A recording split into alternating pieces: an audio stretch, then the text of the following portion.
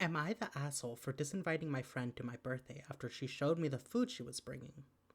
Hi guys, I'm using a throwaway for this one. So basically, I, 17F, am having my 18 at my house. It's just a dinner with my closest friends. I told everyone to bring food if they like, but I'm gonna do a little cooking, like some barbecue foods and ordering pizza. My guy friend, Ryan, asked if he could bring a mutual friend we have, Emily, since they're dating now. I told him, yeah, sure, because he was gonna leave early anyways. She offered to make food, and I told her that it would be really nice, but she didn't have to. She insisted. I made a group chat of the people coming, and I invited Emily to it. I sent a message talking about when to come, what to wear. An important thing in the message was about allergies. I have a friend coming with a really serious nut allergy. I've never seen them have a reaction, but I've been told it gets pretty bad. I wrote in the message to triple check your food doesn't have nuts and to be aware of cross contamination. Everyone read the message. Some replied. Emily did a thumbs up on the message. Last night, me and Emily were talking and she mentioned the food she made. I told her to show me the picture and it was a cake. The cake looked like something my mom had made before and it contained nuts. I asked if it had nuts and she said yes, but not a lot, and my friend could just not eat the cake. I told her that I'd rather she didn't bring it. She got mad and then said she'd gone through the trouble making the cake shows she's bringing it or she isn't coming. I told her she's not coming because I was clear about my friend's allergy and even cross-contaminating was asked to be checked. So why would I allow her to bring a whole cake? She said it was disrespectful to disinvite her and that she's Ryan's girlfriend. And if he's going, she's going. I told her no. It's my party and I didn't want her there anymore because she was acting like a child. She stopped texting me, but then I got a call from Ryan saying I was being a massive dick, and she spent ages on the cake. I said I don't care if it took her 2 whole weeks to make the goddamn cake. I was specific from the beginning on what you could bring and what you couldn't. The only thing you couldn't bring was something with nuts. The part where I'm talking to these two is where I may be the asshole. I asked if she's incompetent of reading and comprehension, and after she really didn't know any other cake recipe. He said I was being a bitch and hung up on me. Ryan is telling everyone him and Emily are not attending because I called them names and rejected Emily's cake. A lot of my friends, mostly ones not coming to the party, are saying it was slack to let her make something and then uninvite her because of what she made, and she put a lot of effort in the cake for my birthday. There's only 3 people saying I'm not the asshole, and one of them is my friend with the nut allergy. My party is tomorrow, and I kind of want a perspective on this before then. Am I the asshole?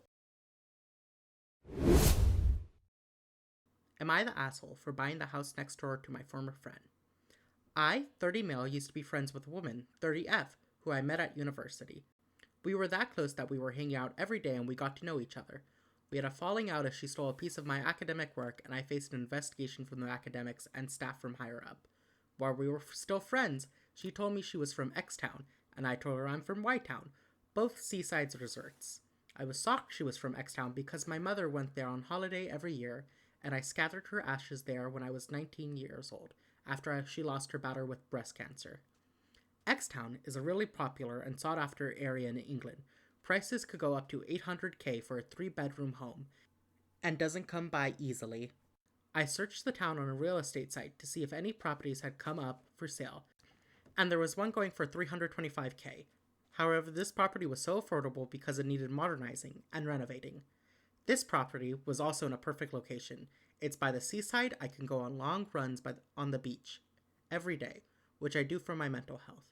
It's a 5-minute walk from where I scattered my mom's ashes. It's an 8-minute walk to the train station. I can get the train to central London. I work there 2 days a week, and so forth. It's cheap to live in this area.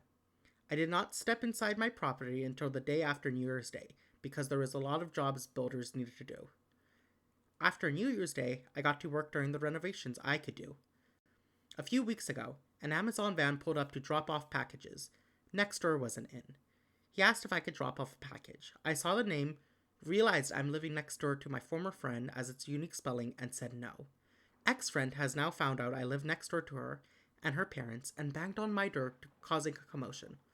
All the neighbors came outside. From speaking to relatives, I'm apparently an asshole because I won't move house. I guess I'm probably an asshole for letting there be tension in the street. But it doesn't bother me that I live next door to her. As far as I'm concerned, I've moved on from this incident with her. It's a dream location, and I refuse to move at all because one person isn't happy. Am I the asshole? Am I the asshole for refusing to change the chore chart even though my wife works full-time now? I met my wife in college, and she was soon pregnant after we graduated.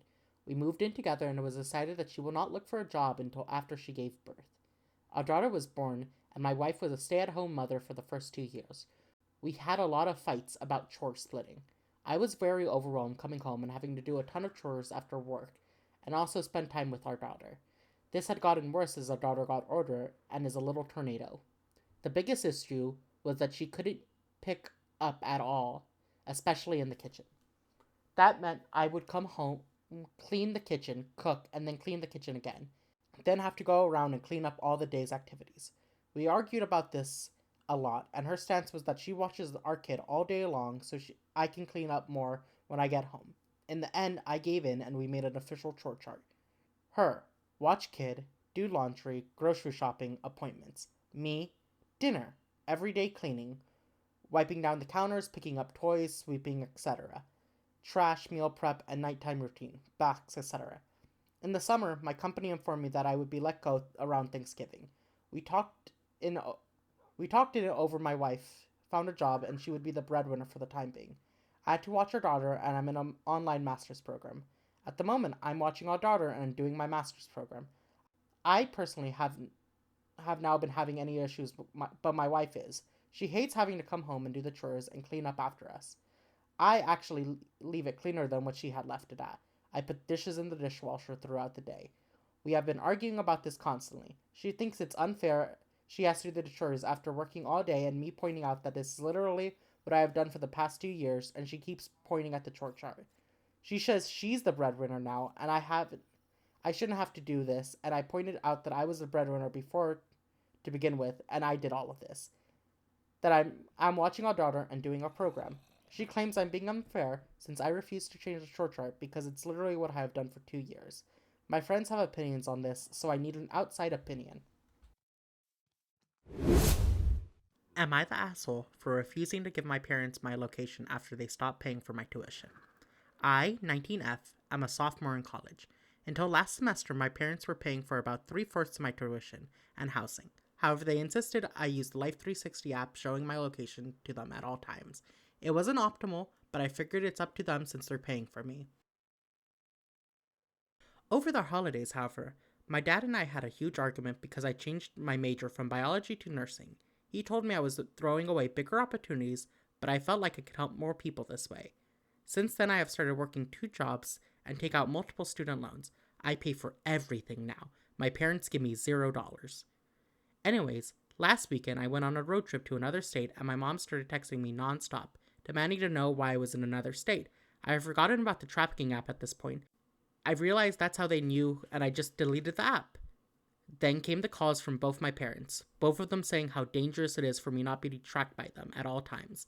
I told them I'm paying for my own life now, I value my privacy, and I don't feel comfortable with the app. This is really infuriating my dad and upset my mom because she thinks I'm trying to cut them off completely or something.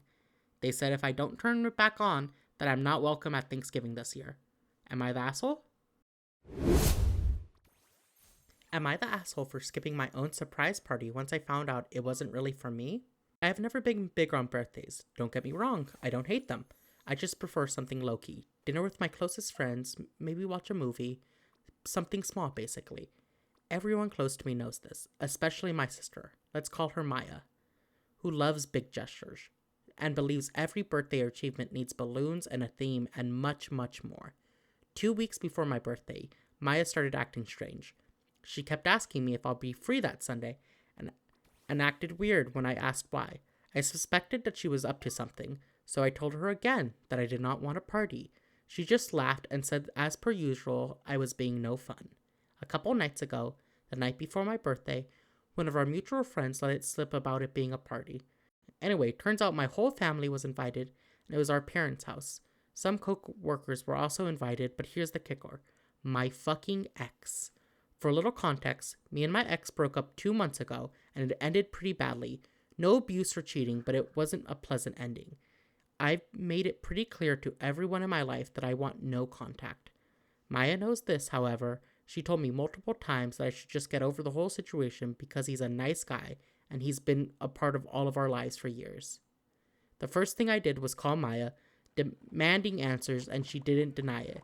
She just said that we could finally talk it out. She admitted that she hasn't just thrown this party for my birthday, but also so everyone could see my ex again and we could fix things between us. She literally said to me that I'd thank her later. I went mad. I said to her she had no right, that I would have been ambushed into the situation on my birthday. And this was all after I had specifically said that I did not want a party. She just said that I was dramatic and bloody ungrateful, and she had a whole thing planned out because I wouldn't find better, and it was a good gift. She said everyone had gifts and traveled, that everyone was excited. So yesterday, for my birthday, I completely powered off my phone and didn't let anyone know other than my best friend. So we went out to lunch and went on a walk together. Ended up having a great day. When I finally got home, I turned my phone on, and it was mental. Maya was fuming. People were disappointed. People even said I embarrassed Maya. Maya is now basically saying that I ruined the whole party and made it all about me. It was literally my birthday. She said that she didn't it out of a good place in her heart, and I should at least apologize for not showing up and letting people know. So, am I the asshole?